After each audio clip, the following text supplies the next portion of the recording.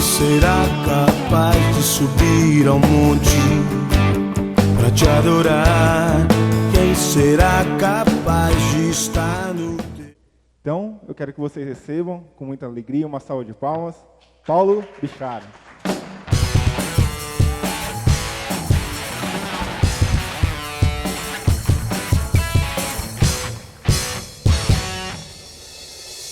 Ó, a banda tá bem ensaiada, hein?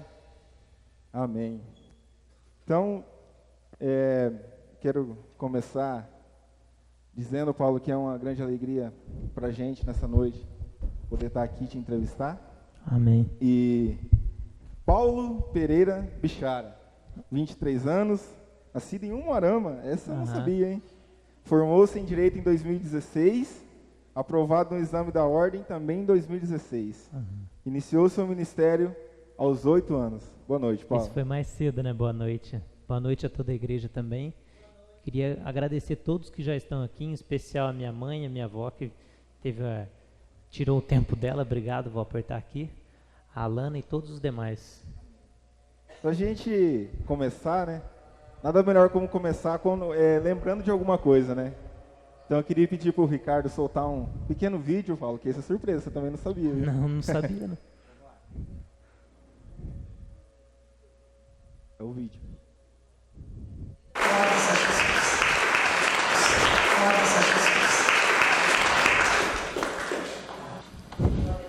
Quero pedir para que todos fechem os olhos, coloquem a mão diante do seu coração. Vamos entrar na presença de Deus.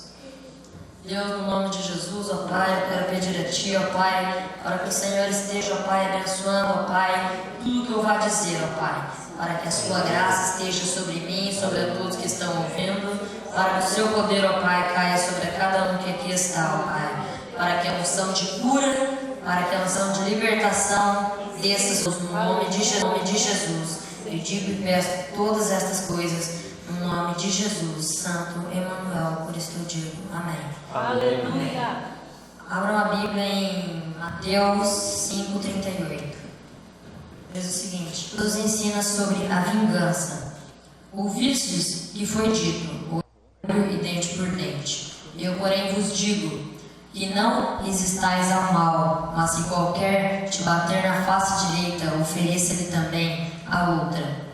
E ao que quiser pleitear contigo e tirar-te a vestimenta, larga-lhe também a capa. E se qualquer te obrigar a caminhar uma milha, vá com ele duas. Uma salva de palmas, gente. Essa eu não esperava, não. Paulo, Foi... isso foi em 2007. Como que começou o seu ministério? Foi aí que começou? Foi o primeiro passo? Na verdade, eu lembro que eu tenho uma imagem antiga de quando eu devia ter mais ou menos uns 6, 7 anos. Não sei até se eu já não contei aqui na igreja. Dela ela pegava a fruteira, tirava todas as frutas da parte de cima, porque a fruteira tinha um monte de divisórias e em cima ficava banana, maçã. E eu lembro dela tirar daquilo dali e falar, ó filha, aí ela pegava as cadeiras da sala da cozinha, colocava igual tá aqui assim, umas 4, 5 cadeiras, a família sentava, ela punha a fruteira, eu punha a Bíblia em cima e começava a pregar. As pessoas. Eu acredito que ali foi quando eu comecei a ter vontade de pregar mais. Só que eu até estava conversando esses dias com a Alana, e eu acho que era 4, 5 anos de idade, eu fiz a Rádio de Davi. Eu pegava aquelas fitas, aquelas fitas, não as cassete grandes, as pequenininhas, punha no gravadorzinho e eu ficava fazendo a voz da entrevistadora e minha. E eu acho que foi mais ou menos nessa época, de 5, 7 anos, que eu comecei a ter vontade de falar de Deus e tudo, sempre inspirado por causa da minha mãe. Tá certo. E o ministério Sabedoria, quando que começou? Porque é um tema assim que a gente vê que é o que Deus colocou no teu coração. Não foi um negócio assim, vou falar sobre sabedoria. Eu acredito que gerou no teu coração isso, né? Como que foi? Olha, eu até ouvi o Dr. Mike Murdock ensinando uma vez, e eu nunca mais vou esquecer, de que aquilo que nós experimentamos passa a se tornar a nossa mensagem. Existem, por exemplo, pessoas jovens que começaram a trabalhar eu conheço um alfaiate que começou com 8 anos de idade, um alfaiate adulto chamou ele para ajudar ele. E hoje esse alfaiate tem 60 anos e trabalha ainda com alfaiataria. Porque aquilo que ele experimentou no começo passou a ser marcado na história dele, e ele passou a viver. E eu lembro do Dr. Mike dizendo isso. E algo que eu experimentei e vivi foi muito forte através do ministério do Dr. Mike. Então eu ouvi ele, aprendi e tive essa experiência no ministério dele. E aquilo me, eu não sei, é como se eu pusesse um imã assim. Alguma coisa falou, é nisso aqui que eu preciso ir. E sendo um chamado de Deus, como diz lá em Jeremias 1:5, quando você dá de frente com o teu chamado, nada te para. Então, no Ministério de Sabedoria, se fosse para eu colocar data, eu diria que foi em 2013, seria 4 anos atrás. Já pregava antes, já né? pregava desde os 6, desde os 8. 6 lá em casa e 8 na igreja. A primeira pregação que eu fiz foi de menos de 2 minutos, foi na Casa da Bênção. Eu lembro até hoje, eu subi assim no púlpito e falei, porque Deus amou o mundo de tal maneira que deu seu Filho unigênito para todo aquele aí. Eu lembro que eu estava nervoso e falei, Jesus morreu para nos salvar, amém. Todo mundo se coloca em pé. E o pastor ficou assim, nossa, mas eu separei toda a noite para você pregar. E eu, pequenininho, eu lembro até hoje, era o pastor João Carlos ainda. Foi ali os primeiros passos, né, então, pregando foi com 8 anos na igreja, mas o Ministério de Sabedoria, essa vontade de falar de sabedoria, não porque eu sou sábio, porque eu não sou, mas porque eu gosto de falar disso, foi em 2013. Uma coisa que eu acho muito interessante que você fala, né, nas ministrações aqui na igreja, você sempre bate nesse ponto, que a sabedoria não vem com a idade. A sabedoria, ela é para quem busca, né? Fala um pouco sobre isso. Eu até um dia eu estava ministrando numa igreja, foi na cidade de... Onde que foi? Foi em Londrina, na Avenida Leste-Oeste. Tem uma igreja, a gente estava ministrando faz mais ou menos uns 3 meses. E eu falei exatamente isso, a sabedoria não vem com a idade. Aí eu citei Jó 32, 7-9, que é onde aquele amigo de Jó chega no final da história e fala... Pensava eu que muitos dias ia trazer a sabedoria, mas eu descobri que a sabedoria vem através da inspiração de Deus. E eu citei Salmo 119, 100, que é o salmista dizendo que ele era mais sábio do que muitos idosos, porque os idosos se desviavam de Deus. Chegou no final do culto, o rapaz falou, Paulo, você esqueceu de Eclesiastes 4:13. Agora eu acho que eu vou tentar nunca mais esquecer. E eu fui ver e diz assim, mais vale um jovem sábio e prudente do que um rei rico, poderoso, que não sabe admoestar. Isso é forte porque os jovens pecam por isso. Eles pensam que eles são jovens, que eles têm muita limitação, muitos desejos carnais e não vão conseguir, não vai ter jeito, e eles vão protelando tudo. Aí passa o tempo, aí passa a ser tarde demais. Eu lembro... E aí vem aquela velha frase, se eu tivesse feito quando eu era mais novo. Eu lembro até, a minha avó está aqui, ela é testemunha, o meu avô falou para mim, e ele disse, se há 30 anos atrás eu tivesse lido o livro de Provérbios que eu dei para ele, a vida inteira dele teria sido diferente. Então ele tinha 80 e tinha acabado de reconhecer que ele desperdiçou ali de não ter lido aquele livro. Agora eu com 23, muitos aqui mais novo, outros mais velho, pode ter essa oportunidade. Por isso que não vem com a idade. Amém. Isso é muito profundo, né? É que nem eu sempre lembro também que você fala nas ministrações que um estudo que a pessoa levou 20 anos para descobrir, né, a gente pode aprender ali, ou pode ler em 5 minutos, né, você pode ensinar em 5 minutos. Isso é muito, muito interessante. Por exemplo, isso que meu avô disse, ele levou 80 anos para chegar a essa conclusão. Exatamente. E eu passei aqui, todo mundo acabou de ouvir em menos de 2 minutos. Muito legal. Eu também quero abrir um parênteses aqui e agradecer, perguntar se tem alguém aqui que acompanha o Paulo pela internet, né, que eu estou sempre assistindo as lives lá.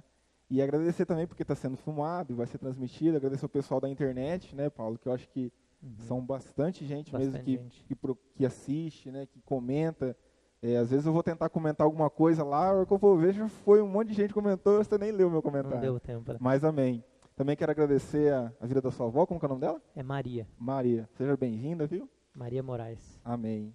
Paulo, e também eu fiquei sabendo hoje que você escreveu um livro com 12 anos.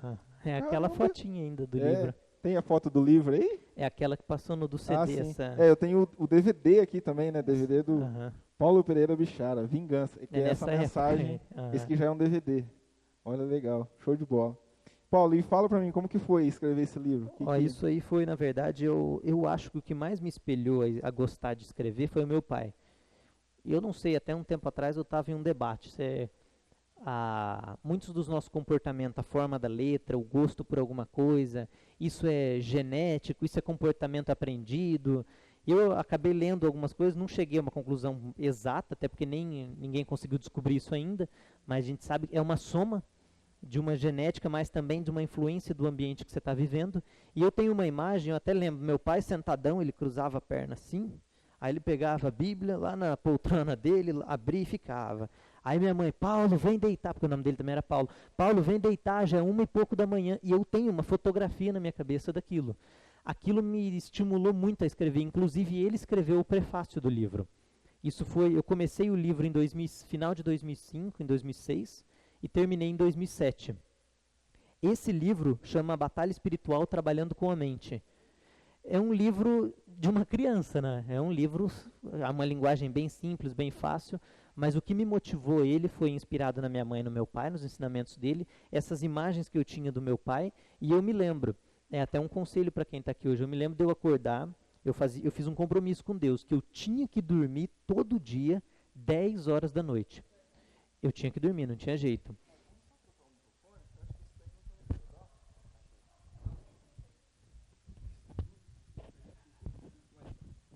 Eu tinha que dormir 10 horas da noite. Eu criei esse compromisso, não foi nem minha mãe que falou, ó filho, eu falei, eu vou dormir todos os dias às 10 da manhã.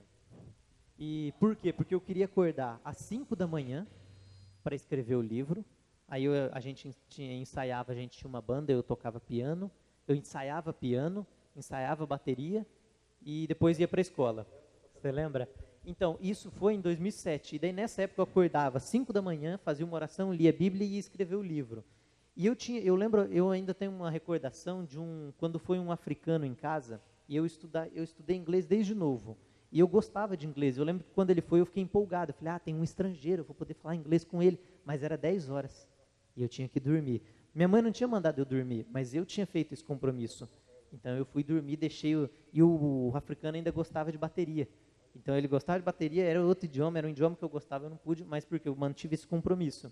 E eu creio que foi num período de 1 ano, eu terminei o livro, foi a editora Sal e Luz, daqui de Vaiporã, do pastor Péricles, eles editaram, e o meu pai fez o prefácio. A vontade de escrever, eu sempre gostei. Desde pequeno, esses dias eu estava achando umas folhas lá, eu sempre escrevia alguma coisa. Mas veio isso tudo muito dos ensinamentos da minha mãe e do meu pai. Foi o que mais marcou. Muito bom. Assim, falando um pouco do seu pai, Paulo, eu sei que é um assunto que eu acho que não deve ser muito legal, mas eu queria que você falasse um pouco também como que foi isso, né? Porque a gente é uma coisa inesperada, né? Jovem, tudo.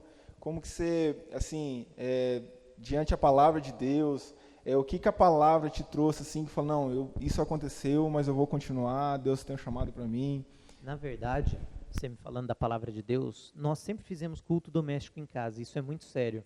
Era toda quarta-feira, 8 da noite. Tinha horário, a gente tinha que ir, não podia ficar jogando videogame, podia querer jogar bola, nada. Tinha que ir lá e sentar na sala. A gente às vezes até nem estava com vontade. E às vezes nem meu pai estava com vontade, mas minha mãe fazia todo mundo. Minha mãe é uma coluna espiritual, sempre foi ali em casa. Inclusive ela foi usada para levar o meu pai para Jesus. Mas eu me recordo de que na semana em que ele faleceu num domingo, então não foi na semana porque começou naquele dia. Mas na sexta-feira anterior, a gente decidiu fazer a Santa Ceia, porque a gente não estava frequentando igreja na época. Não queria deixar a palavra de Deus, não tinha encontrado uma igreja, e meu pai estava ministrando a ceia ali para a gente. Então a minha mãe comprou umas tacinhas, a gente colocava o suco da uva, enchia, orava, cantava, ele ministrava, lia, e sempre era 1 Coríntios 11, 23, aquele texto famoso. E antes de cear, aí Paulo fala conta toda aquela historinha de como que é a ceia. E naquela sexta-feira, domingo, ia ser Páscoa. Era o domingo de Páscoa, foi Páscoa, e naquela sexta-feira meu pai decidiu e falou, o André, eu lembro até hoje, meu irmão falou, pai, deixa eu fazer a leitura hoje. O André era adolescente, eu também, o André tinha 17 anos, eu era pré-adolescente, uns 14, 15 anos, e meu pai sempre ficava feliz de ver os filhos adolescentes querendo ler, falar de Deus, porque nem sempre você quer. E nem eu, muitas vezes eu não queria pregar, eu pregava forçado, mas tem até pai que fala bem assim, eu não vou forçar meu filho. Não, você tem que forçar ele a aprender. Tanto é que, inclusive, a lei te obriga a cuidar dele, que senão você responde por ele. Por isso você tem sim que falar, vai ler a Bíblia junto comigo, vamos sentar aqui. Mas eu não quero servir a Deus. Você não tem que querer, até você completar a maioridade, e até enquanto você está morando comigo, você tem que seguir as regras. E estava lá, e a gente fez o culto. Meu pai falou, hoje eu quero... E meu pai ficou feliz, porque o André quis fazer a leitura. Mas meu pai falou bem assim, não, filho, hoje eu não quero que você leia. E daí a gente ficou meio assim, ué, mas por quê? Pensa bem, não. Aí ele falou, não, hoje eu vou ler um outro texto. Eu até vou abrir aqui, ó, o texto, não precisa ninguém abrir não, mas o texto que ele leu era sexta-feira.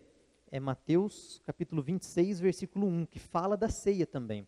Era numa sexta-feira e domingo ia ser a Páscoa. Domingo ele faleceu. Ele faleceu no domingo às 8 da noite. Olha o que ele leu em Mateus 26. Você me perguntou que palavra que veio de Deus por causa da morte, tudo. Olha só, Mateus 26. Quando Jesus concluiu todos estes discursos, disse aos seus discípulos, bem sabeis que daqui a 2 dias é a Páscoa. E dali 2 dias era a Páscoa. E o Filho do Homem será entregue para ser crucificado. Aí então vem a história. Então os príncipes dos sacerdotes, os anciãos se reuniram para matar Jesus. Quando meu pai faleceu, a gente não lembrou desse texto. Passou um tempo, a gente pensou, nossa, que texto que a gente leu no domingo, na sexta-feira, quando a gente fez assim, a gente foi ver, era bem esse texto. Esse texto, embora esteja falando de Jesus Cristo, da morte dele, ele tranquilizou o nosso espírito com relação ao plano de Deus para aquela situação. Não que Deus queira a morte, mas a morte já está instaurada no mundo, já existe, não tem escapatória. Não te cortando, mas tem muita gente que acha que a morte foi culpa de Deus. Deus fez eu passar por isso. E você está tendo uma visão diferente. Muito pelo contrário, a morte foi um plano do homem. O homem que causou a morte no mundo. Aí daí Deus falou, já que tem a morte, agora eu vou ter que usar isso ao meu favor. Igual o José em Gênesis 50, 20. Vocês me causaram mal, meus irmãos, mas eu vou fazer isso virar em bem. E daí o meu pai lendo esse texto, isso nos tranquilizou e disse, havia um propósito de Deus naquilo. Meu pai tinha acabado de pregar, ele estava, na verdade, no púlpito, na hora que ele começou a ter o infarto. E ele estava dizendo, pedindo perdão dos pecados, sabe aquelas orações que a gente faz, Deus me perdoe. Eu gostaria de ter uma morte como a dele. Acabar de pregar, estar bem próximo de Deus, ter tomado a ceia na sexta-feira, e num dia de Páscoa, imagina que maravilhoso. A Páscoa, na verdade, quando Jesus comemora a ceia, é um símbolo e um sinal do que ele está deixando, e ele pede para a gente fazer isso em memória de mim, até que eu venha, para que vocês nunca mais esqueçam que o meu sangue foi derramado por vocês e eu morri para curar suas enfermidades. Então aquilo foi muito confortante. Eu creio que respondendo a pergunta, o que Deus disse para nós a respeito de tudo isso é que ele teve uma intervenção naquela situação. Não foi assim, morreu, acabou, foi para o inferno, ou não devia ter morrido. Não, muito pelo contrário, Deus agiu muito naquela situação. Amém. Eu vi também você falando que muitas vezes você não queria pregar, queria, jovem, quer brincar, jogar videogame, e a sua mãe pegava mesmo o seu pé, cara? Minha mãe pegava, meu pai não tanto, mas a minha mãe, no sentido espiritual, ia viajar de carro, tinha que ouvir o Silas Malafaia.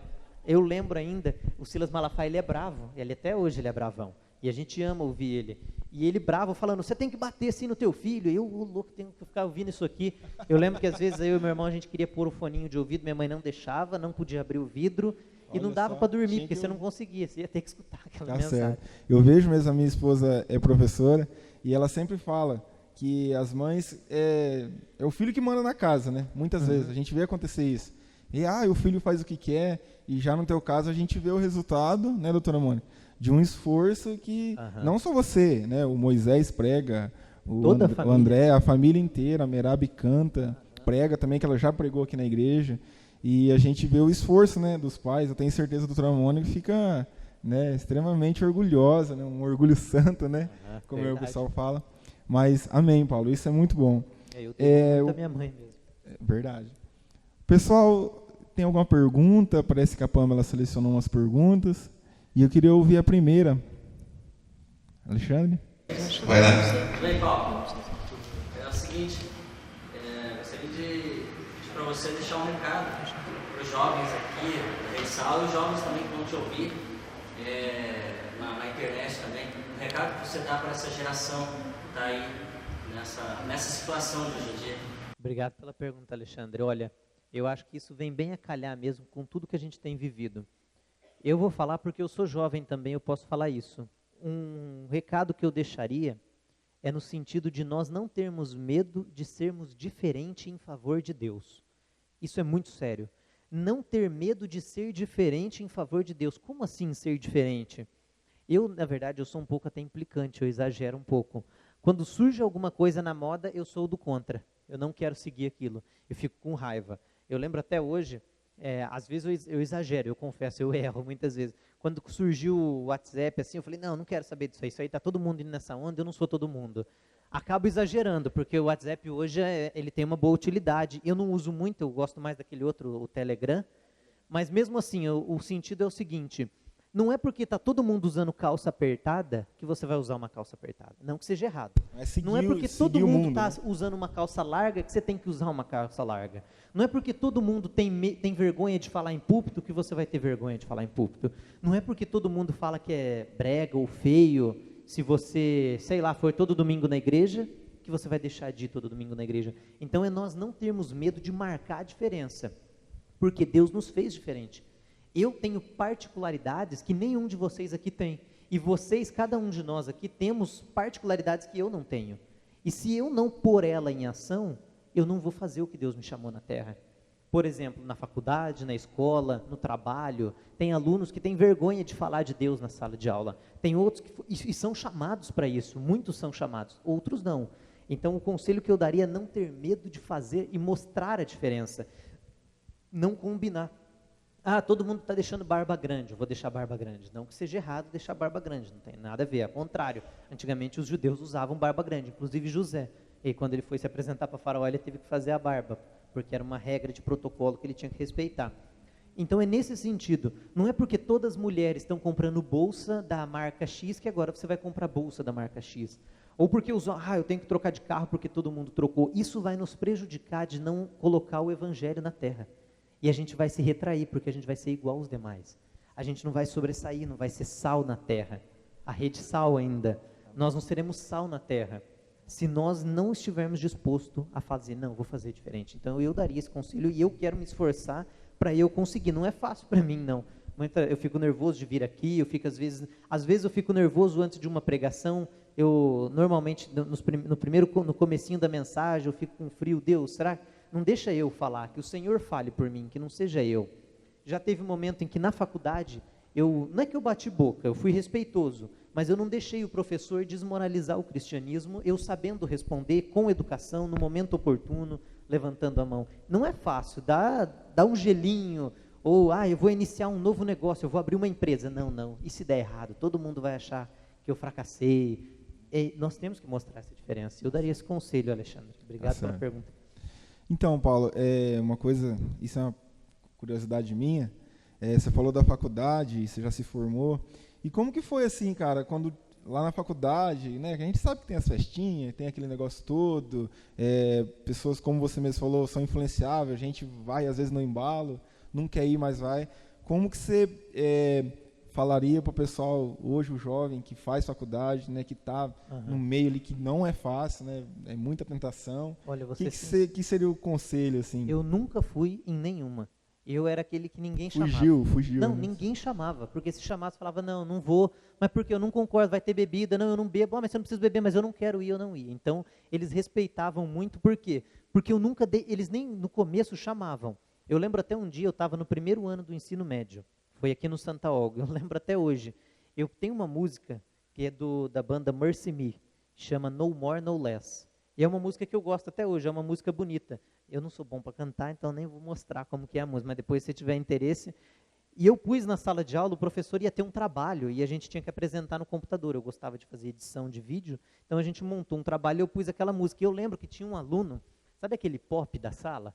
Aquele aluno que as meninas tudo gosta, o galanzão, que está na turma e tal. E eu lembro dele começar a rir assim e falar, nossa, ele não chegou a rir para mim, porque eu era meio esquentado, eu arrumava confusão. Eu falava, o que você está rindo e tal. Também errava nisso.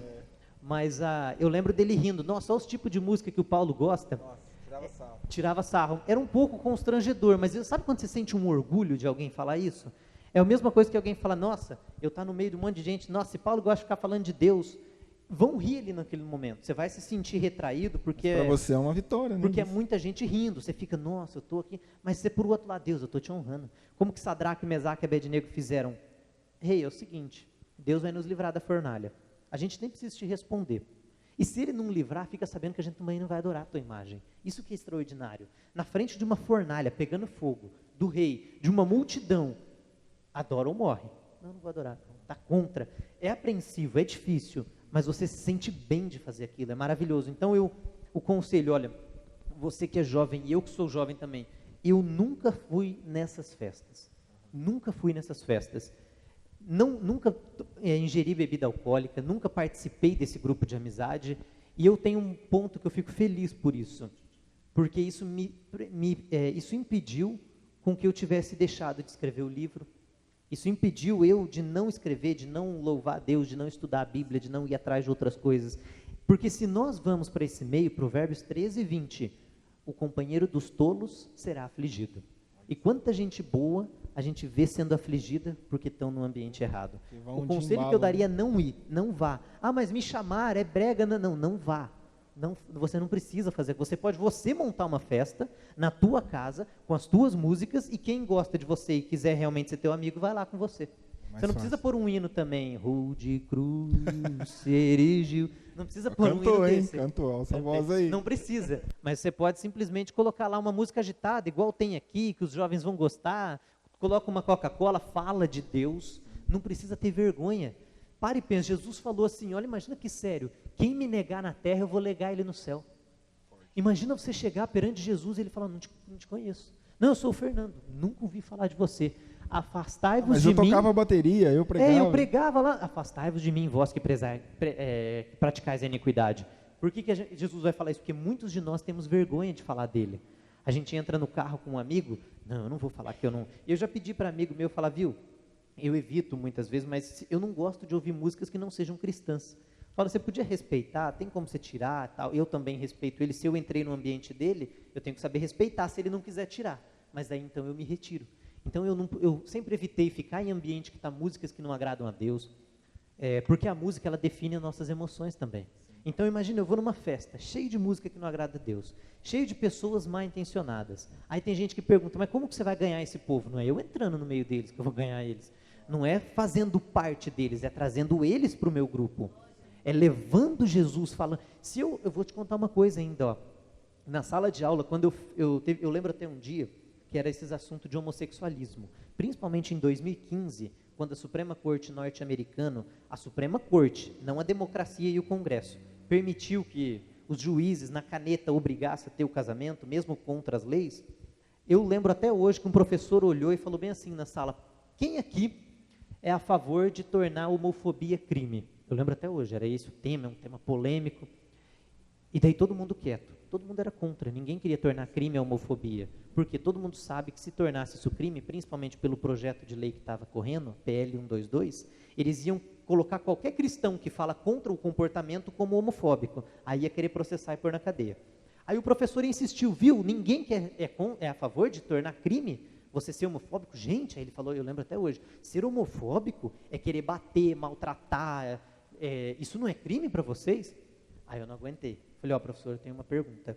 Aí o professor ficou, não, pode falar, Paulo. Ele era um professor bem aberto, bem tranquilo.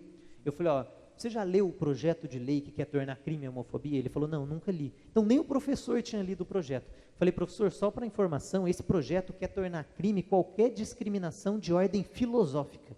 Se filosoficamente eu for contra a prática homossexual, homofóbico.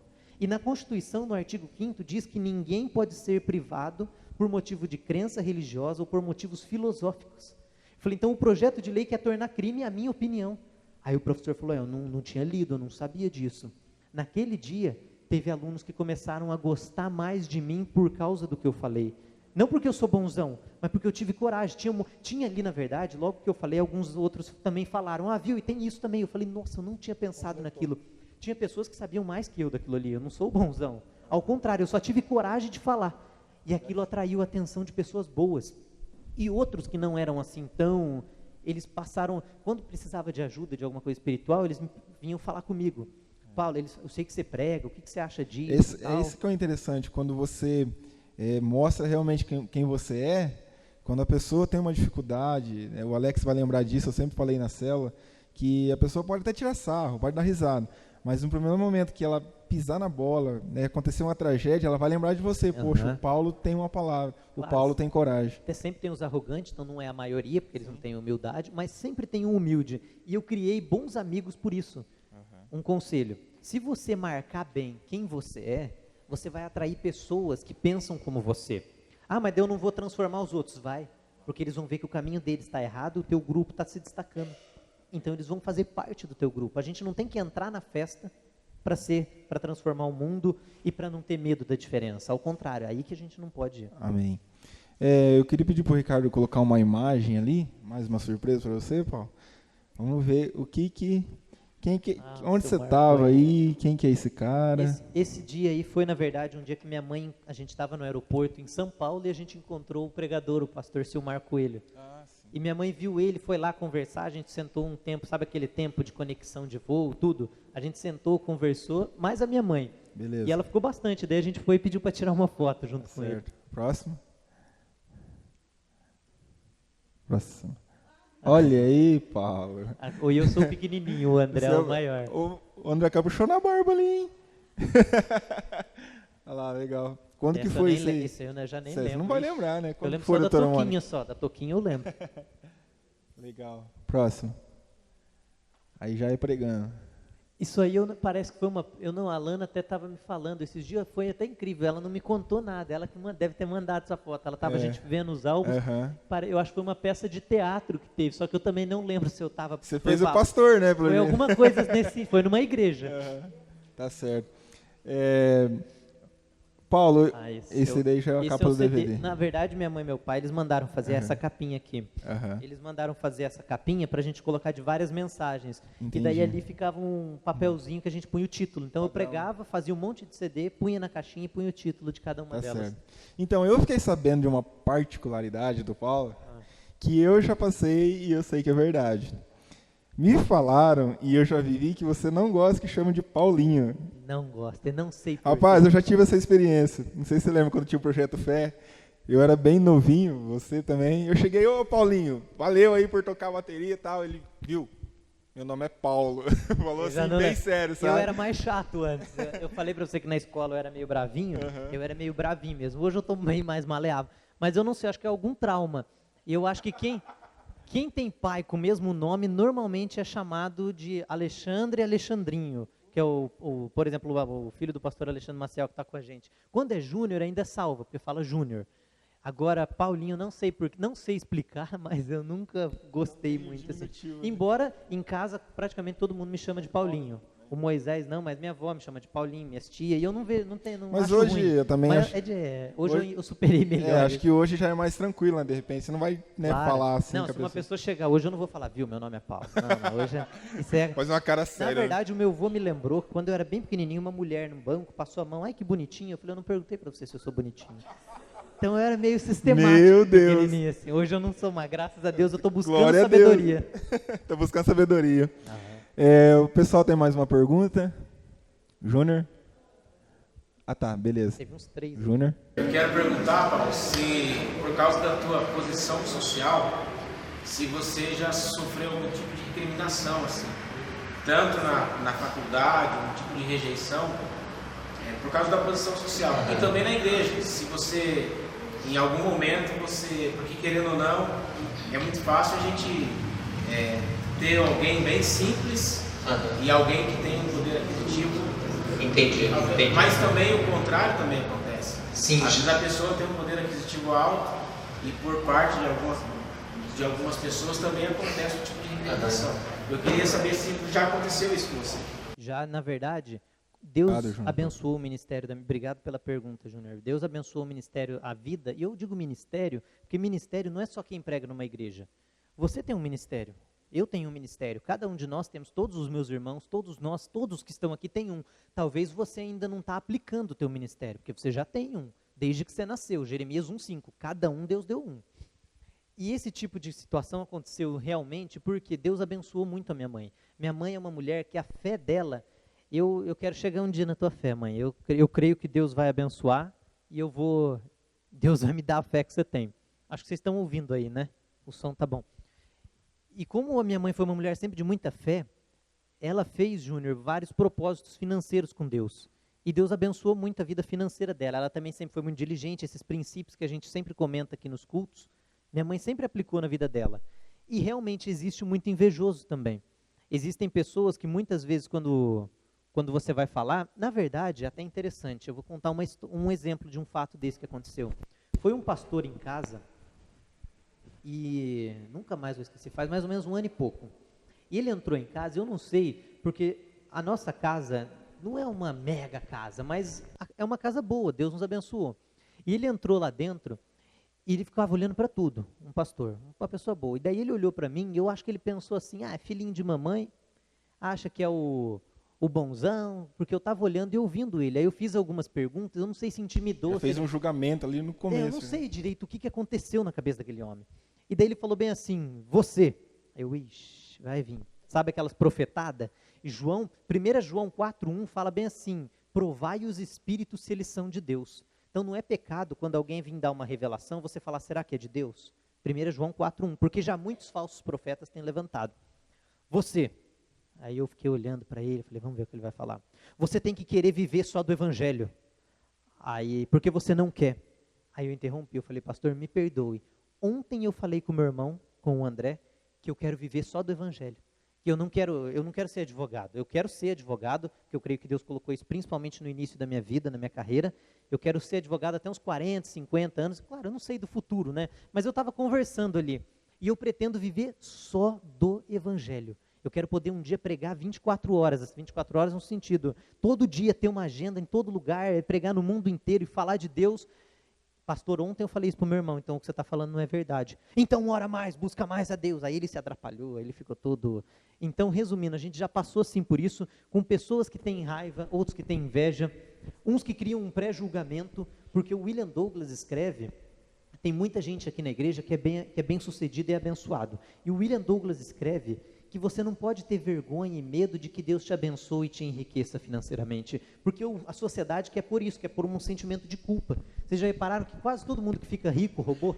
Ah, roubou. E não necessariamente. Tem grandes homens e pessoas boas que crescem na terra, mas infelizmente existe esse tipo de gente. Existem pessoas que rejeitam a pregação, quando eu vou ministrar, você vê que a pessoa rejeita, até eu estava assistindo o pastor Samuel Ferreira imitando o pregador invejoso. Pregador, se eu tenho inveja do Júnior pregando, eu fico bem assim, ó. Ele está pregando, eu fico olhando para cima. Recebe, né? Aí eu sento, tal, olho minha Bíblia, finjo que eu nem estou dando bola para aquilo, porque aquilo não é importante. Quem que esse cara pensa que não sabe o que está falando, é muito novo. Esse também é um julgamento que tem muito. Então existe isso. A gente já passou por experiências assim, justamente porque Deus abençoou muito a vida da minha mãe. Mas, Amém. Infelizmente, Júnior, não tem jeito. Acho que no mundo a gente nunca vai agradar todo mundo. E de uma lição eu aprendi isso com o Dr. Mike. Ele falou assim, quando eu era jovem, eu queria que todo mundo acreditasse em mim. Não, você tem que acreditar, é Deus. E ele queria convencer essas pessoas. Ele falou, agora que eu estou mais velho, eu quero falar para quem já acredita, para quem está mais aberto. E eu vou aprender pelo conselho. Então eu não vou ficar investindo meu tempo nesse tipo de gente, eu não vou ficar me abatendo por causa desse tipo de gente. Eu tenho que, muito pelo contrário, vencer os pensamentos negativos e falar, não, eu vou passar por cima disso aqui, quero a minha consciência estar bem com Deus, e que os meus pecados Ele me perdoe e eu procurar corrigir, porque eu sou cheio de pecado também. Inclusive não gostava que chamava de Paulinho e ficava bravo. É um pecado responder mal. Por favor, a gente ver mais um pouquinho. Silas Malafaia. Esse dia foi incrível. Legal. Até nesse dia foi em 2000, eu não tenho certeza, mas acho que foi em 2015 essa imagem. Uhum. Foi na Igreja Assembleia de Deus Bereana, do pastor Walter Brunelli, em São Paulo. O pastor Silas foi lá e minha mãe falou, a gente precisa conversar com ele. Aí a gente chegou no pastor Walter, ele deu oportunidade, eu não sei nem como, porque a gente foi um dos únicos lá, eles permitiram. Eles nem conheciam a gente, nada. E nesse dia a gente tirou um monte de dúvida, conversou, e como desde pequenininho eu ouço o pastor Silas Malafaia, para a gente poder falar com ele ali, não aguentei, falei, eu vou ter que até entregar uma oferta aqui para ele, peguei o cheque, escrevi, entreguei uma oferta na mão dele, para Deus abençoar. Foi um dia maravilhoso, é um momento rápido e curto que a gente teve ali, mas já deu para conversar, minha mãe também conversou, a gente tirou dúvida, contamos para ele que ele pregava dentro do carro e a gente que era obrigado a assistir, foi um dia maravilhoso. Inclusive hoje eu estava assistindo o pastor Silas Malafaia, uma entrevista na Veja, né, que ele estava dando, e ele é bem polêmico, né? E você acha assim que, na minha visão, né, eu não sou entrevistado, mas na minha visão ele faz uma grande diferença no Brasil. Você tem essa mesma visão? Nossa, se eu não tenho nem o que pensar. Eu falo isso como um testemunho, jamais para me gabar de nada. Eu quero que qualquer um que for ouvir ouça sempre como um testemunho. Mas Deus colocou, e eu até acho que faz uns 4 meses atrás, eu era um parceiro ministerial Gideão dele, todo mês contribuindo com R$1.000 no ministério dele, todo mês direto, até 4 meses, 4, 5 meses atrás. E até depois que meu irmão teve a oportunidade de estar lá, eles estiveram conversando também, Deus tocou no meu coração em voltar com essa parceria com ele. Mas eu acredito tanto no chamado dele, porque todo mundo tem defeito. Ele não é Deus, ele é cheio de pecado. Eu já vi ele falar coisas que eu discordo, ele mesmo falar assim, ó, eu falava isso, agora falo isso. Ele falou, mudei, errei. Tá, nessa entrevista ele falou que no começo ele apoiava o Lula, porque achava que o Lula tinha tudo, e depois no final ele viu quem realmente o Lula é. E ele fala... eu me enganei, entendeu? Então, ele é pecador, mas agora o que eu acho bonito nele? A coragem e a inteligência dele. Porque ele estuda, ele não é relaxado. Você vê que ele tem conhecimento do que ele fala e ele é corajoso, ele vai para o embate. Ele não deixa as pessoas falar bobeira. Uma vez uma mulher veio falar, não vem com esse jogo aí não, que eu já conheço esse jogo e tal. Ele, na verdade, ele intimida o adversário. Ele é Davi. Sabe Davi? Davi, quando Nabal falou que não ia ajudar, ele falou, vamos pro pau agora, vamos quebrar eles. E ele é psicólogo também. Então, aí o povo fica louco, porque ele é psicólogo, ele foi para o Congresso defender os princípios cristãos com relação à droga, casamento gay, e ele vai para cima. E ele cala os adversários. Isso me lembra Lucas 21:14. Proponde, pois, no teu coração, não pensar como você vai responder, porque eu vos darei boca e sabedoria e que ninguém vai poder resistir. Não sei se vocês assistiram, o Malafaia teve numa entrevista no SBT com o Pedro Bial, o Jô Soares... Estava lá uma desembargadora e estava 5 contra 1 lá, e ele assombrou. Então eu fico assim maravilhado, porque eu não tenho chamado como ele tem. Ele não tem medo, né, de falar, ele fala mesmo. Exato. E agora vem o detalhe, se eu acho que ele tem influência no Brasil imensa, porque se não fosse ele, era perigoso um projeto, não que ele é Deus, mas que Deus usa ele, um projeto como esse da PL 122 ser aprovado, as igrejas terem que pagar mais impostos. Na Rússia é proibido pregar em público. Então, se não tiver pessoas envolvidas na política que sirvam a Deus, aí vai acontecer a politicagem. Aí a gente vai ser todos massacrados. Por isso que eu acho que o cristão tinha que quebrar isso. Religião e política não se mistura. Claro que se mistura. Deus nos criou na terra, e quando Deus criou Adão, já era para ele constituir uma sociedade civil ali. Agora você vai ter filho, vai ter que ver como é que vai fazer, quando você morrer, é que Adão não ia morrer, né? Mas depois que Adão morresse, agora pecou, agora vai ter morte. Para quem que vai a tua herança, como é que vai funcionar? Isso são regras que vêm da política. É a lei, o político que decide a lei, e o advogado, o juiz, o promotor aplicam ela. O juiz determina a aplicação dela, o advogado luta para aplicar, o promotor também. Por isso o cristão tem que estar envolvido. Ele estando, ele influencia muito a sociedade. E eu quero, cada vez que Deus me abençoar mais, eu quero abençoar mais o ministério dele, sempre na medida do possível, porque eu sei que eu estou plantando na minha vida, em primeiro lugar, eu estou honrando a Deus com a minha fazenda, com as primícias de toda a minha renda, como diz em Provérbios 3:9, e eu estou ajudando o evangelho a ser espalhado, inclusive com projetos sociais, que é ajudar a caridade, criança, mendigos, que é tudo isso que a igreja ADVEC faz. Amém. Queria ouvir a pergunta do André. Eu queria perguntar se alguma situação, eu acho que até é meio... Mas eu acho que é legal de compartilhar. Eu devo saber o que você vai falar, mas é legal de compartilhar. Alguma situação da tua fé foi posta à prova. Foi. Muito boa pergunta. Foi. E o que você fez para enfrentar isso? Olha, na verdade, teve várias vezes. Não foram assim... Você fez igual o Silas, assim, né? Não foram assim milhares de vezes, mas dá para dizer que talvez tiveram umas 10, 15 vezes. Já teve vezes que eu duvidei que Deus existia. Teve vezes, tem cristão que tem vergonha, tem medo de falar, mas eu não posso ser hipócrita. E eu ouvi o William Lane Craig dizendo, e algo interessante, ele falou, questionar não é pecado. Deus nos deu um raciocínio lógico para a gente usar. E eu lembro um dia que eu estava passando na frente da televisão e estava passando o Discovery. Quem que já ouviu falar no Discovery aqui? É um programa de televisão aí famoso que conta um monte de coisa. E lá estava dizendo que a Terra começou com meteoritos que foram caindo na Terra e jogando ouro, prata, material orgânico, e daí virou tudo o que é. E naquele dia eu falei, e eles colocaram aquilo como se fosse verdade. O cientista que estava dizendo ali falou, foi assim, como se ele estivesse lá no dia. Aí eu ouvi aquilo e falei, ué, e Adão e Eva? E Gênesis? Cadê? Não tem nada disso, não. Na verdade, aí eles falam que veio células, micróbio e meteorito, não sei nem como que eles sobreviveram no espaço, caíram na Terra, também não sei como é que sobreviveram com a pancada. aí veio numa bolha, aí foi crescendo, virou um macaco, que virou um homem, que virou... E daí eu fiquei abismado com aquilo. Só que eu apliquei um negócio muito sério. Eu falei, eu vou agora procurar quem defende o criacionismo. Aí eu me apaixonei por isso. E daí até hoje até falo nas pregações. Esse foi um momento, mas teve outro tipo em que minha fé também foi posta em prática, em prova. Foi uma das vezes na sala de aula também. Um professor olhou e falou bem assim, aquele dia foi posto em prova, porque eu lembro que eu cheguei a tremer, eu falei, se eu não souber responder, mas eu fui. Eu acho que eu tentei eu fingi que eu era um Malafaia naquele dia lá, falei, vai se dar certo, né? Um Malafaia influenciando aí, ó. Fiquei com medo. O que aconteceu foi o seguinte, o professor falou assim, eu concordo, gente, de vocês terem a fé que vocês têm, vocês podem crer no que quiser. Só que nós temos que saber que toda religião, ele foi mais ou menos nesse tom, que toda religião fere os direitos humanos. O que esse cara está falando? Então, porque eu creio na Bíblia, eu estou ferindo direitos humanos? Quer dizer, então, que a Bíblia manda estuprar, maltratar, bater? E daí aí eu comecei a borbulhar, eu falei, eu não posso ficar quieto, ninguém falava nada. E eu não sabia, o professor era inteligente, muito mais inteligente do que eu falei, eu vou falar. Eu falei, professor, eu tenho uma pergunta, ele pode falar, Paulo? Eu falei, o que você está falando não é verdade. Eu falei com respeito, mas eu falei, se as religiões aí ferem direitos humanos, tudo bem, mas o cristianismo não fere.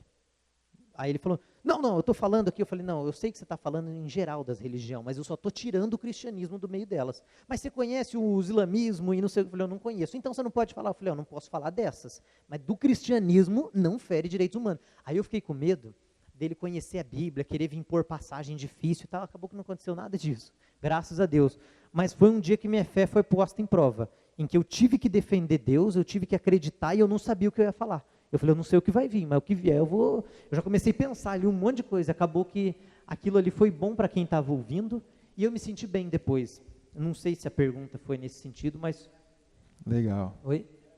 A primeira, mas foram 2 momentos em que minha fé foi posta em prova. Então, talvez se você está assim, será que Deus existe? Não é pecado o que você não pode é decidir que Deus não existe. Isso é errado, porque você não tem prova para decidir isso. Por isso que eu não concordo eu acho mais louvável a pessoa que é agnóstica fala assim, eu não sei se Deus existe, do que o que fala assim, Deus não existe. Por acaso você estava no dia da criação, ou você conhece tudo para falar que Deus não existe? Na verdade, você sabia que o nosso olho, ele tem cones que transformam as imagens em cor, e são verde, vermelho e azul, e ele transforma em todas as cores que você vê. Eu, por exemplo, não consigo diferenciar vários tons de verde. Então, às vezes, eu lembro que eu tinha problema com os lápis na escola. Eu gostava quando sentava alguma menina perto, assim, porque as meninas sempre gostavam de pintar. Eu perguntava, qual que é o verde aqui? Eu não sei direito, aquele verde bem clarinho e o amarelo. Ou então o verde escuro e o marrom. Eu faço confusão. Porque o cone no meu olho não pega essa cor. Para mim é igual. Aí eu fui fazer um teste, isso é interessante, que é aplicável para a Bíblia. Olha só onde eu vou chegar. Eu peguei o celular, tem um aplicativo que chama Veja se você tem daltonismo. E tem vários tipos. O meu acho que é deuteranopia.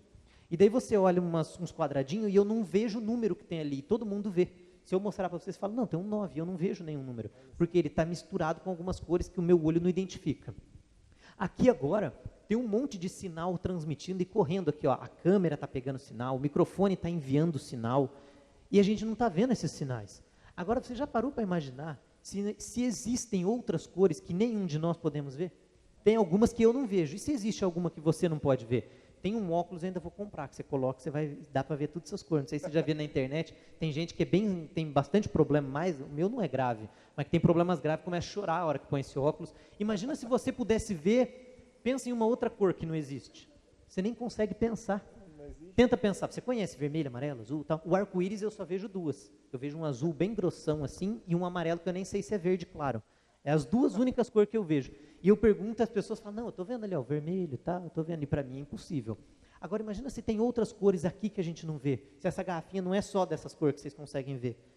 Isso prova que a gente é limitado, que a nossa cabeça é travada. Deus nos deu alguns sentidos. Esse dia eu estava conversando com a Alana, Deus nos deu a audição, Deus nos deu o tato, a visão, o olfato. Pensa em mais um agora, um novo que você não tem. Você nem consegue pensar.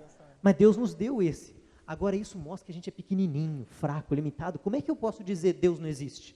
Sendo que eu não sei nem ver cor direito. Sendo que eu não consigo nem enxergar os raios que estão passando aqui, raio de luz.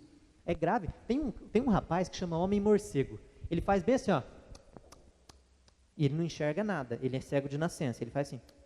E do jeito que o som vai, o som volta também. Pode ver que quando você fala em algum lugar dá eco, porque o som bate na parede e volta. E esse cara, que é o homem morcego, se você digitar na internet, você acha rapidinho, super-humanos, homem morcego, ele anda de bicicleta. Ele faz assim, e daí do jeito que o som vai, ele decodifica como o som está voltando. É igual aquela ultrassom que é feito na mulher, no bebê. A ultrassom, por que ultrassom? O som infiltra dentro da barriga e umas partes do som vão embora. Outras voltam no formato do bebê, porque bate ali e dá reflexo. E daí uma máquina decodifica e dá aquele desenho do nenê na barriga da mãe. E esse cara faz isso no cérebro dele. Então ele pega um negócio, você coloca assim na frente dele e faz, o que é isso aqui? Ah, é uma água, uma garrafinha de água. O que é isso aqui? Um orelhão. E ele anda de bicicleta fazendo assim. Aí ele vai desviando de carro. Pesquisa depois, vocês vão ver, nos super-humanos, homem morcego. Isso mostra que a gente é fraco, limitado. Aí eu vou falar, Deus não existe? Mas se você já questionou, será que Deus existe? Isso é legal. Agora vai procurar quem defende os princípios cristãos. Por quê? Porque Deus colocou dentro de nós uma moral, um senso, um absoluto de que Ele existe. Todo mundo, mesmo um ateu, sabe lá no fundo que Deus existe. O maior ateu do mundo, Anthony Flew, ele reconheceu no final da vida dele, não, Deus existe sim, tudo que eu escrevi era bobeira. Esquece tudo que eu escrevi. Ele já tinha 70 e poucos anos, esculachado os cristãos, falado mal, ele reconheceu tudo aquilo. Então eu acho que é natural, é parte da nossa natureza humana e pecadora questionar. E daí vai atrás das respostas verdadeiras, leia e se torne um criacionista, um cristão que pesquise em favor das coisas de Deus. Legal. Tem mais uma imagem aí, Ricardo? Nós vamos desvendar os mistérios do Paulo. Olha só. Essa foi aqui na Betel. Essa foi aqui, pastor ali, o dando Alex apoio. está ali no fundo, ó. O Alex está ali no fundo. Amém. Próximo. Ali, ó. Essa está pastora até no Danei. também. Essa foi desses dias, né? Aqui na igreja. Acho que faz um ano ainda. Tá certo. Legal. Próxima pergunta. Alex. Aquele Alex. Vai lá, Alex.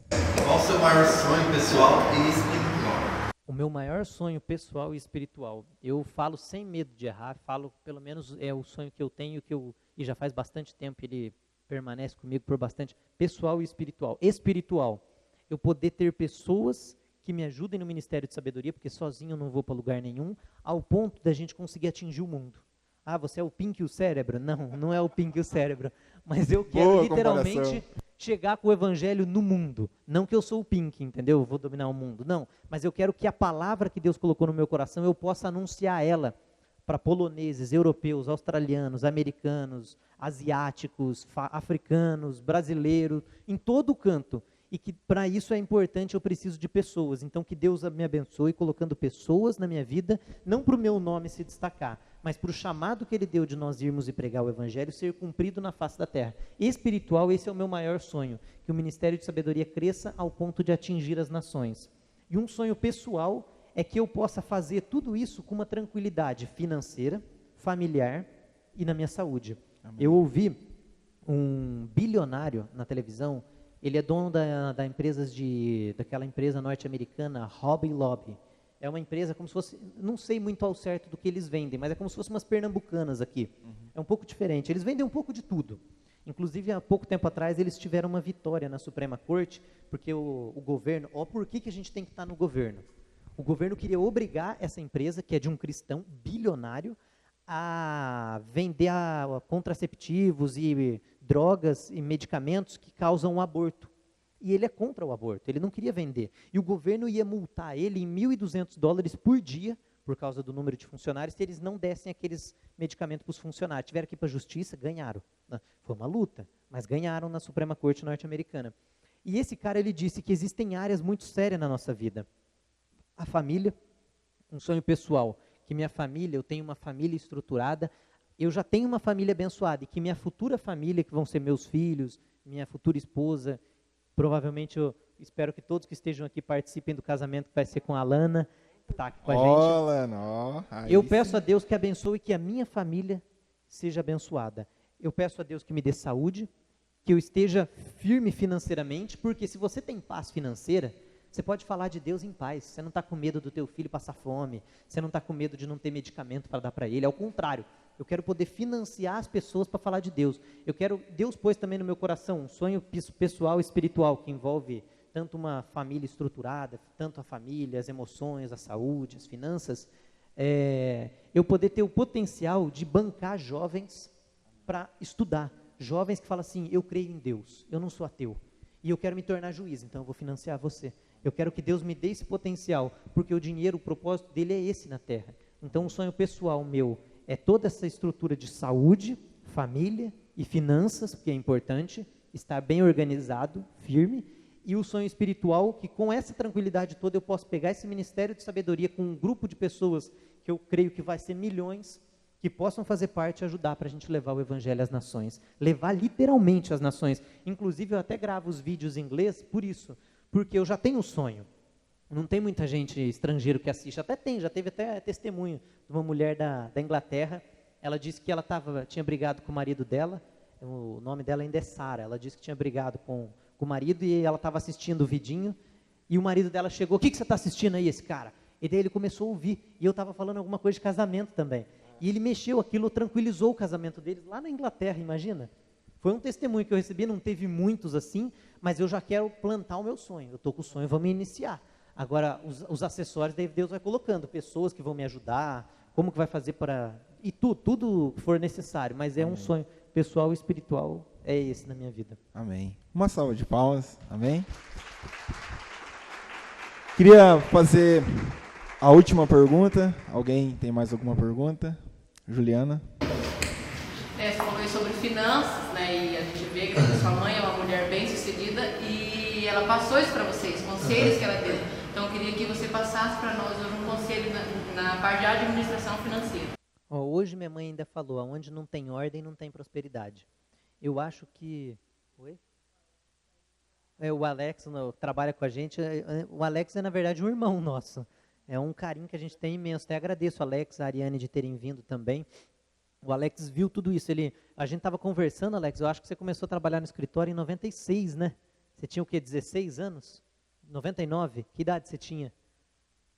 Ele tinha uns 16 anos, que eu acho que... Não coloca situação difícil, ele era novinho, né? Mas ele me viu, então você me viu com 4 anos de idade. Viu eu bem pequenininho, e ele viu minha mãe passar apuro financeiro. Minha mãe ter épocas assim, tinha época que minha mãe disse que ela não tinha dinheiro para comprar fruta para a gente na frutaria. Imagina o apuro para uma mãe passar por uma situação dessa. Mas o que eu diria que é os conselhos que minha mãe me passou, que é o que eu aprendi na vida dela, vivendo ela, é a ordem, eu diria diligência. Minha mãe nunca foi preguiçosa, eu lembro dela acordar 3 da manhã para ir fazer as coisas, para não deixar os filhos à noite sozinho, porque não ia dar tempo durante o dia. Sabe o pai que fala, eu não posso ficar à noite, porque senão como é que meus filhos... Aí ela saía de madrugada, porque daí está todo mundo dormindo, a gente não sente a ausência dela, já que ela tá aí todo mundo acorda às 7, vai para a escola, e ela já estava lá em Guarapuava, Campo Mourão, Apucarana, fazendo audiência, meu pai e ela dando palestra em sindicato, falando, ela estava sempre diligente. Muitos cristãos hoje são preguiçosos. Então, o que mata, Provérbios 24:30, o teu sono vai causar com que um ladrão, com que a tua pobreza venha como um homem armado. E Salomão fala um pouco a encruzar os braços, um pouco a dormir, e é literal isso, é literal, é dormir mesmo, é amar o sono, é deitar na cama e dormir, não é mais nada do que isso. E minha mãe não, ela acordava mais cedo, e ela, eu digo assim, eu falo, mãe, se você não estivesse junto com o papai, porque um somou na vida do outro, meu pai fazia algo que minha mãe não fazia, e minha mãe fazia algo que meu pai não fazia, mas eu disse assim, se fosse para separar, eu acho que vocês não teriam o que Deus trouxe até hoje, mas você ia ter mais que o papai, você ia por um motivo. Porque a minha mãe tem algo muito sério, muito bom nela, que é a área comportamental. E o Dave Ramsey ensina que o sucesso, ele é muito mais comportamental do que intelectual.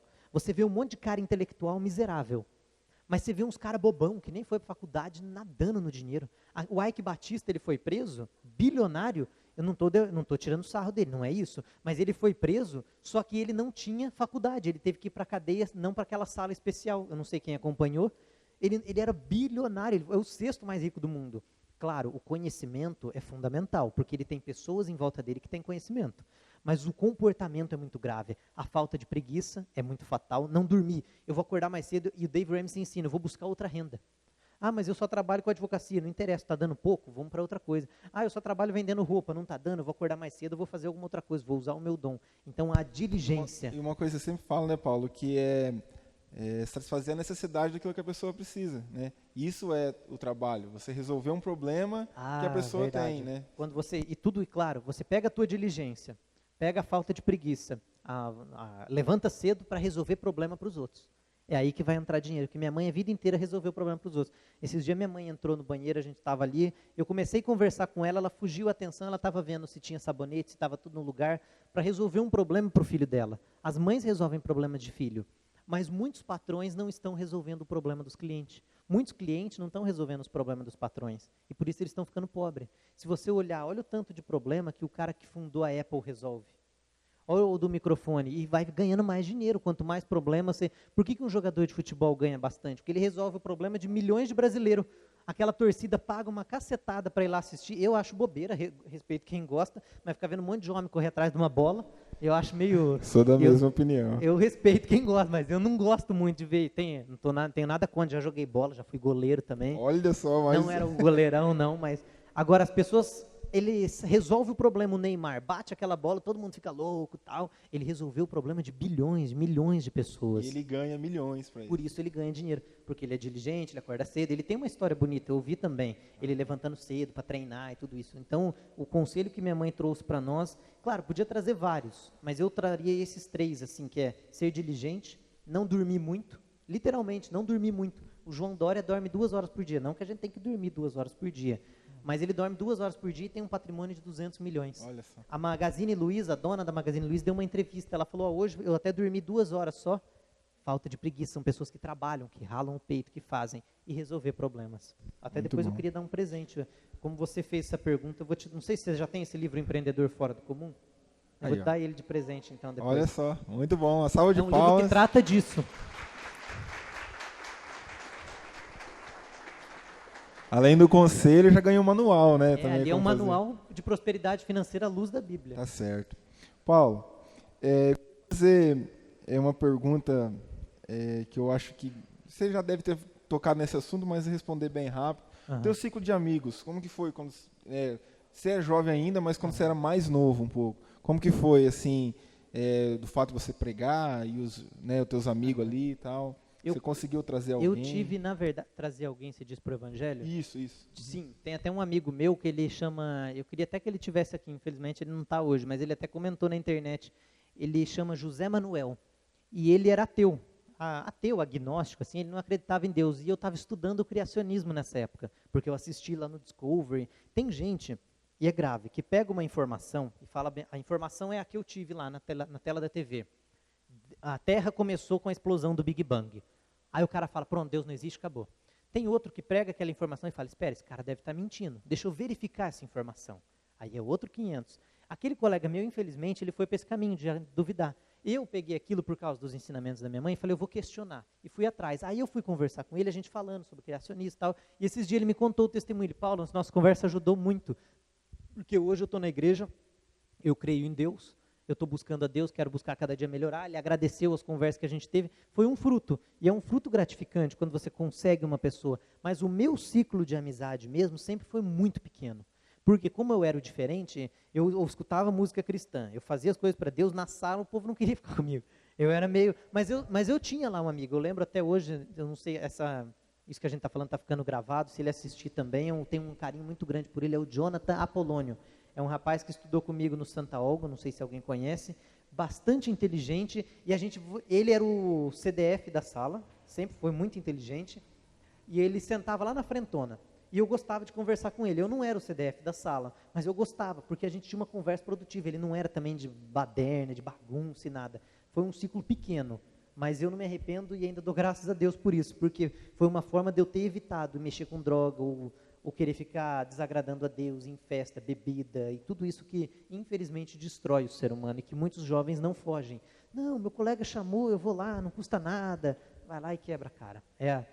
Sofre com droga, com assalto, com morte, com bebida alcoólica, e é um monte, com adultério, com mulher, trai. Isso é uma tragédia. E nós, como seres humanos, podemos passar por isso. Você e eu somos pecadores. Só que tem um detalhe, se nós nos arrependermos e mudarmos de vida, Deus muda a tua história, Deus muda a minha história. Os meus pecados, ficar bravo do Paulinho, Deus perdoa aquilo lá. Mas agora é hora de tomar uma nova iniciativa, de agir de um jeito diferente. Eu tive um ciclo pequeno, um ciclo bom, maravilhoso, sempre fiquei muito entretido com essas coisas de Deus, acordando cedo para buscar, orar e falar de Deus, gostei muito.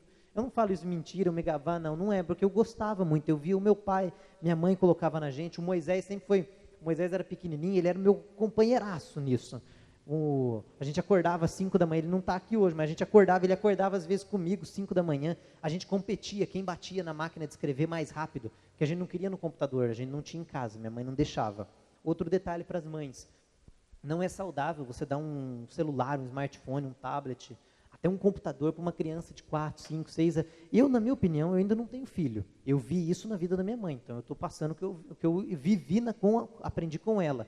Mas eu pretendo que quando eu tiver filho, claro, não sei o futuro, não estou dizendo, só Deus sabe o dia de amanhã, não deixar ele ter acesso a Facebook, Instagram, Snapchat, WhatsApp, tudo isso até uns 12, 15 anos de idade. Porque isso contamina muito. Isso ajudou muito eu ler a Bíblia, buscar a Deus, tocar. Enquanto meus amigos, eu ficava bravo, mãe, por que a gente não tem internet em casa? A vantagem, ela tinha um escritório, sempre teve um escritório, a gente tinha que fazer trabalho, tinha que ir para o escritório. Então ela levava a gente lá, pesquisava na internet, imprimia e ia para casa. Porque não podia ficar ali, isso foi muito saudável, isso foi muito bom. É algo que diferenciou na minha criação com relação a amizades. Amém. Tá gostoso, né? Dá até dó de encerrar.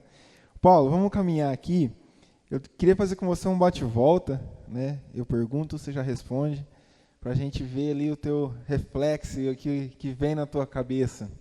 Vamos lá. Deus, a quem nós devemos amar acima de todas as coisas, não abandonar Ele por nada. Ministério. Crescer para todas as nações. Dinheiro. Nos ajuda a resolver problemas e criar boas experiências na vida das pessoas. Namoro. Namoro, somar. Um somar na vida do outro, não um cabo de guerra. Cada um no mesmo lado. 2018. 2018, um ano cheio de sabedoria em que possa ser usado como um instrumento para atingir pessoas que vão se unir a nós para expandir o Evangelho. Igreja. Igreja, um lugar que nos alimenta, não salva, mas nos alimenta de Deus e que nós precisamos estar lá para sermos alimentados. O que você mudaria em você? Eu mudaria em mim. Essa é mais difícil, hein?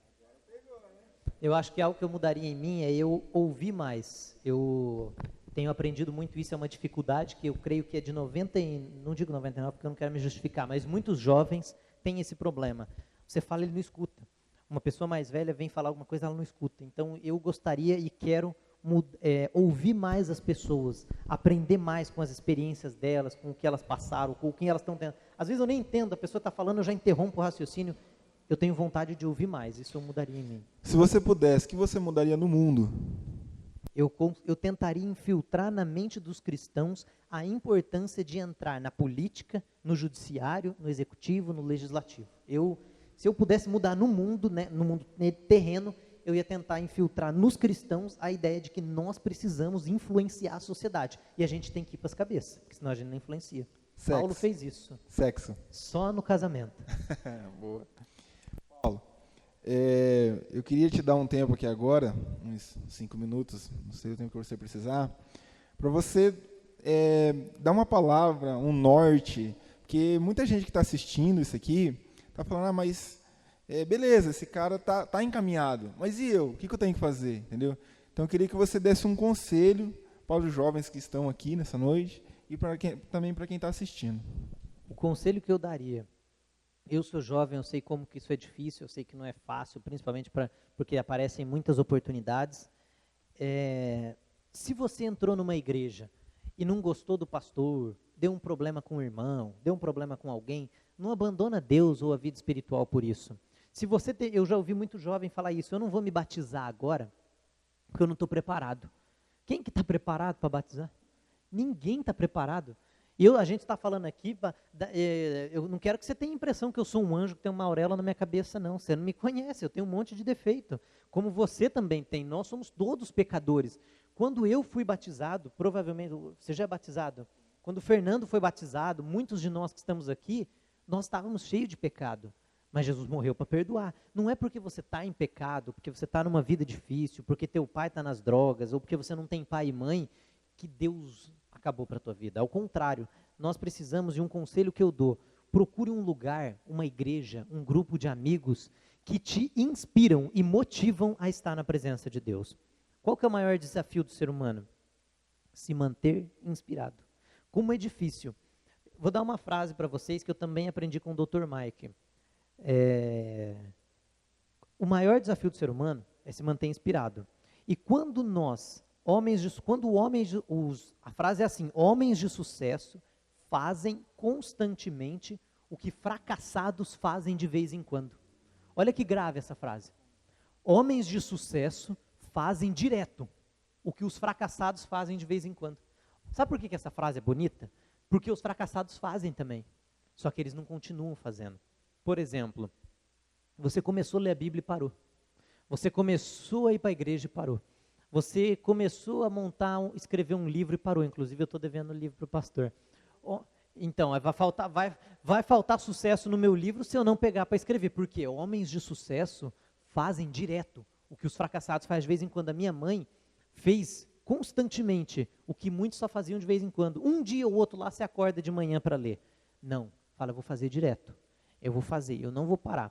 Eu, particularmente, eu fiz um voto. Talvez você não possa fazer do jeito que eu fiz, mas você possa fazer em outra, de acordo com as tuas forças. Todo dia eu tenho que acordar às 7 da manhã. Na verdade, eu pus o despertador para tocar 6h57, 6h54. E se bater 7 horas, eu tenho que entregar uma oferta de R$100. Esse dia eu mandei uma para o pastor Aldanei de 100, era disso, pastor. Porque passou das 7 da manhã. E você sabe por que eu fiz isso? Pastor, eu acho que a gente tem que implantar esse método aqui na igreja. Imagina, né? No começo, pastor, vai vir um monte de R$100, mas depois pode ter certeza que ninguém mais vai dar R$100. O que aconteceu? No primeiro dia que eu fiz isso, eu lembro até hoje, eu acordei, eu falei, eu vou entregar, eu vou semear R$100 para Deus me abençoar. E voltei a dormir. Acordei e o compromisso é assim, eu tenho que, logo que eu acordar, eu já tenho que me programar, já separar que horário que eu vou fazer a transferência, e o pastor foi o premiado. Eu falei, não, vou entregar na vida do pastor Aldanei. Eu mandei até a mensagem, acho que faz uns 10 dias mais ou menos, né, pastor? R$100. E porque eu tinha acordado. No dia seguinte, deu 6h54, eu pulei da cama e saí correndo. Eu falei, eu não vou dar R$100 de novo.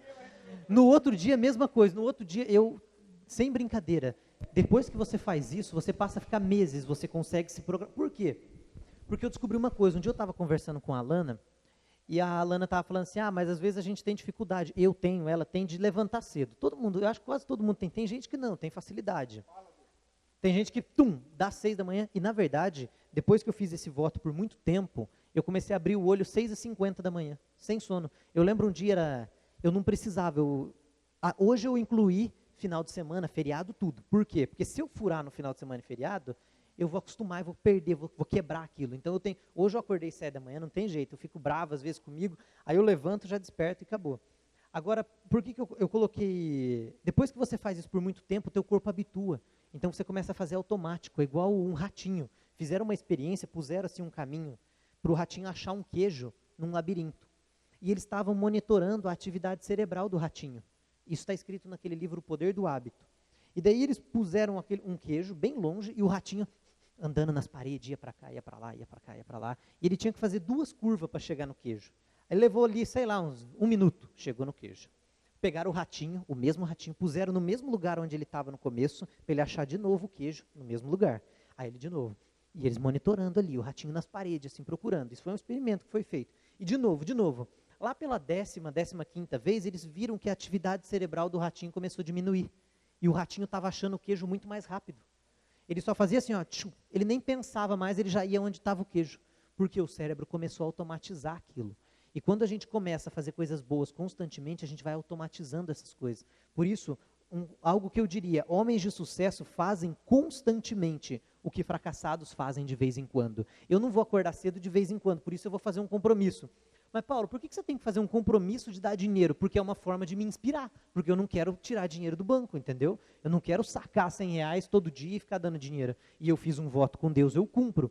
Agora um detalhe, às vezes você pode olhar e falar, Paulo, mas eu não tenho esse dinheiro, eu não posso fazer um negócio desse. E eu não consigo acordar cedo. Se eu fizer, eu vou ter que dar um monte de dinheiro. Eu vou te dizer por que você consegue. Por exemplo, de acordar cedo. Se eu falasse assim, fulano, você que está assistindo aqui agora, se você não acordar amanhã, 4 da manhã, tua mãe vai morrer às 4h30. Você vai acordar? Você pula na hora. Essa é a maior prova de que é possível, de que dá. Você só precisa ter uma inspiração, criar uma motivação. Algo tem que te motivar a fazer aquilo. Por exemplo, por que eu não esqueço do livro? Eu contei para o pastor, um dia eu pus num vídeo de 2 minutos que tem no site, até depois você deixar, não sei se você queria falar um pouquinho bem rápido, mas eu fiz num vídeo no site, mandei fazer um quadrinho com a capa do livro, porque está lá a capa, o pastor está sabendo, eu fiz no vídeo, e se eu não escrever aí, vai queimar o meu bigode. Então eu tenho que escrever o livro. Eu criei uma motivação para mim mesmo. Você pode chamar um amigo e combinar. Você fala, ó, o seguinte, vamos combinar de toda terça-feira, você fala com 3 amigos. De preferência um que tenha pouco acesso ao celular. De toda sexta-feira, 7 da noite, a gente fazer um estudo bíblico. Por que pouco acesso ao celular? Para 5 da tarde você não ligar para os 3 cancelar, entendeu?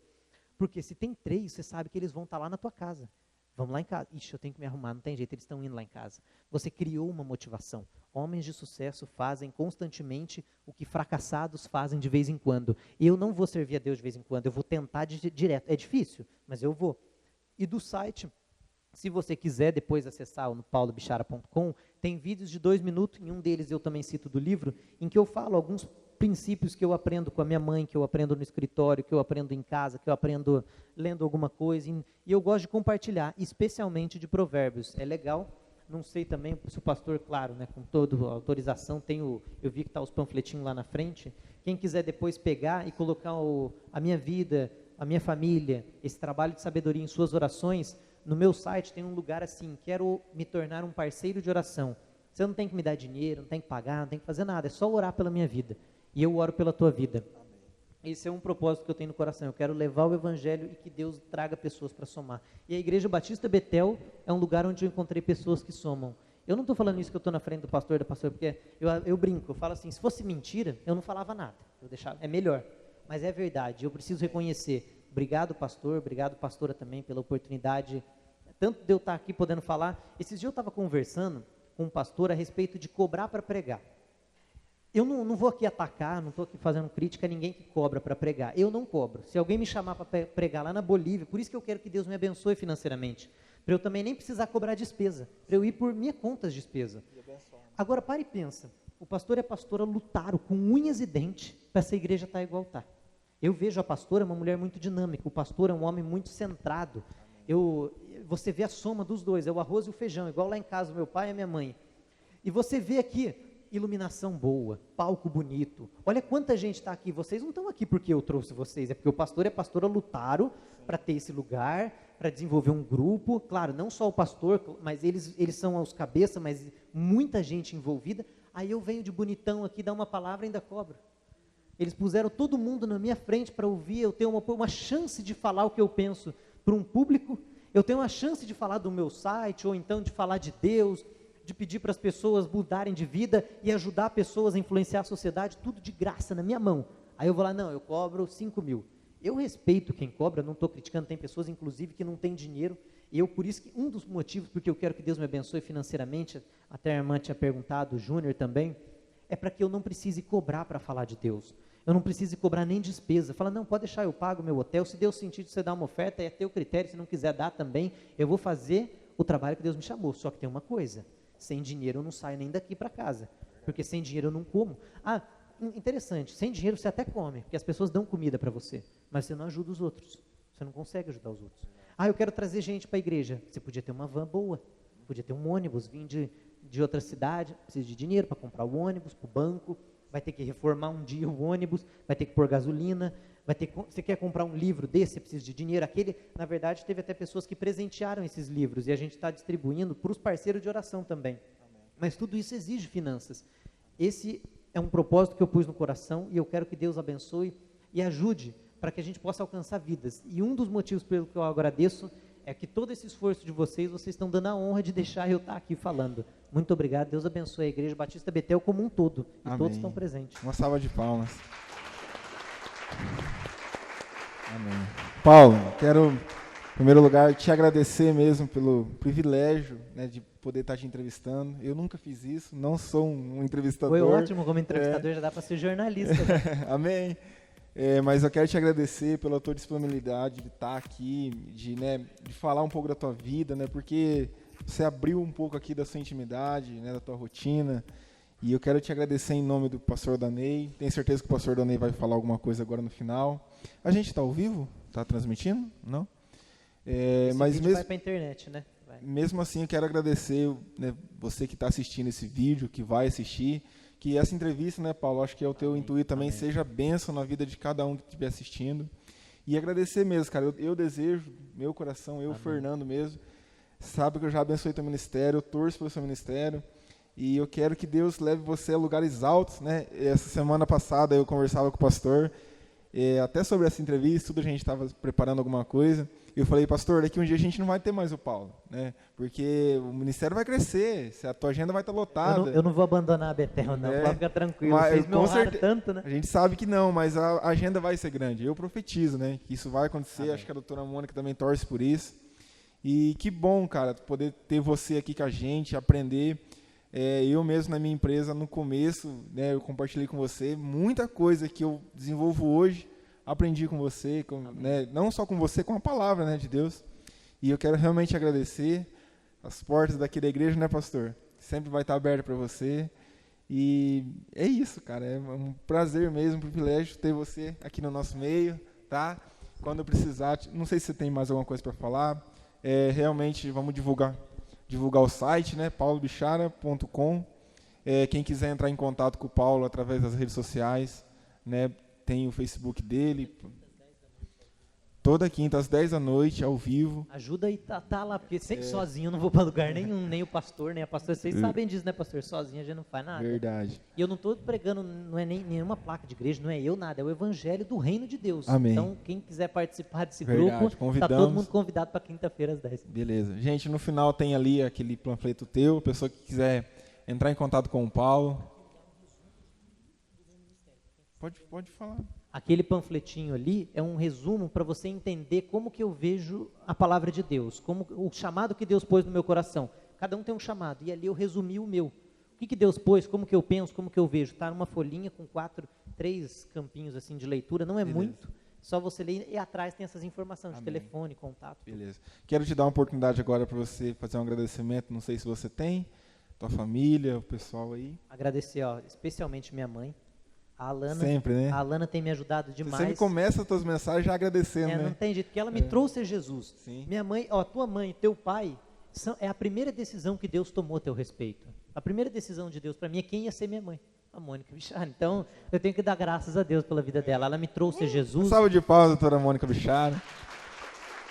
Deus abençoe, doutora, sempre. Agradeço imensamente. O Moisés não está aqui, mas o Moisés ele é bem acelerado. E ele põe pilha em mim, entendeu? Por que você não fez isso ainda? Por que você não vai lá? Por que você não faz? Ele fica ali, o Moisés, tem que calma, ter essa cara, pessoa, eu vou fazer. Né?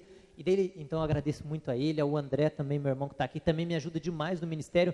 Na verdade, o André é uma das pessoas que soma em todos os sentidos no ministério. Amém. Seja em conselho, seja com recursos, se a gente precisa, com tudo. Agradeço do fundo do coração. André. Muito obrigado. Obrigado. A Lisa também. A Alana, que me ajuda nas gravações, eu não sei quem já assistiu a transmissão, vê que volte e meio eu grito lá, Alana, se der para a Alana colocar aí o comentário, ela vai lá e escreve para mim, obrigado. Uma salva de palmas falando, gente. A Merab está lá no fundo. A Merab também é uma grande companheira, uma menina, uma mulher muito especial, ela é inteligente. Todo mundo tem defeito, e eu vou te falar, é difícil eu achar defeito nela, hein? Ela tem pouco. Ela é uma pessoa especial, inteligente, uma salva de palmas. Sensata e bonita ainda. Só que ela é do Lira, tá? E tem namorado, né? Já tem namorado, é do Lira. Agradeço o Lucas também. O Lucas é aquele cara doidão, assim, igual o Ray Kroc lá, que fundou o McDonald's. Eu brinquei com ele e falei assim, Lira, você tem tudo para ser um cara de sucesso igual aquele cara do McDonald's. Infelizmente, o nome do filme é meio pejorativo, chama Fome de Poder. Eu não gostei do nome daquele filme, eu acho que eles deram uma mexida lá na história. Mas que eu creio que Deus vai te abençoar muito forte, Lira, na vida financeira. É só você ser aquele que faz constantemente o que os fracassados fazem de vez em quando. Amém. Agradeço mesmo. O pastor e a pastora, mais uma vez, do fundo do coração, a gente conhece há muito tempo. A igreja era um tiquinho. O pastor já ia lá em casa, a pastora, na época que meu pai faleceu, deu muito suporte à minha mãe também. Vocês conheceram também o meu pai, né? Vocês vieram em 2008, 2009 para cá, né? Lembro da primeira casa, ali perto da delegacia. Se eu não estiver errado, acho que foi ali a primeira casa. Saudade daquela casa. Lembro do Juninho lá, o Juninho escutando umas músicas bem doidonas lá no quarto dele. Até hoje. Mas eu agradeço muito a todos que estão aqui presentes. O Alex também, o Alex do boné ali, um amigo especial também, que a gente, na verdade, foi mais ou menos, acho que 1 ano atrás. Faz mais de 1 ano, né? Ele foi lá em casa, a gente conversou, fizemos uma oração junto. Amém. Uma pessoa incrível. O Eduardo Rosina, não tem como eu deixar de te agradecer. Também está sempre comigo nas transmissões. Obrigado mesmo por acreditar. Tem pessoas que mostram, cada um mostra de um jeito, mas a gente vê quando tem sinceridade na vida de alguém. Já teve pessoas que tentaram vir com aquela palavra dissimulada, mas tem aqueles que você fala, não, aqui tem sinceridade.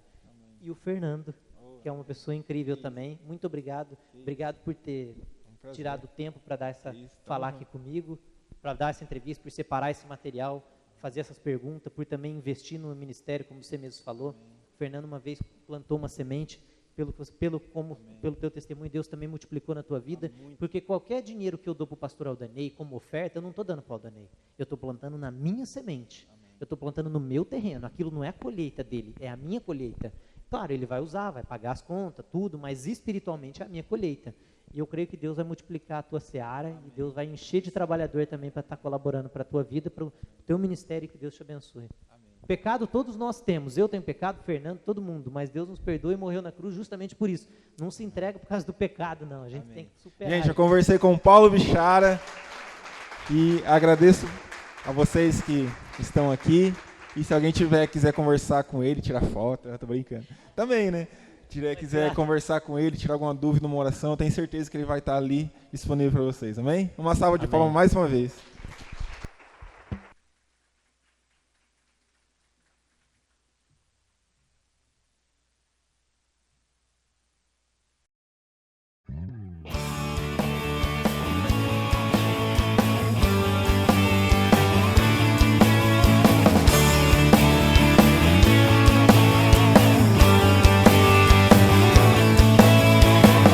Será capaz de subir ao monte para te adorar? Quem será capaz de estar no teu santo lugar? Quem será capaz de subir ao monte para te adorar? Quem será capaz de estar no teu santo lugar? Quem colocará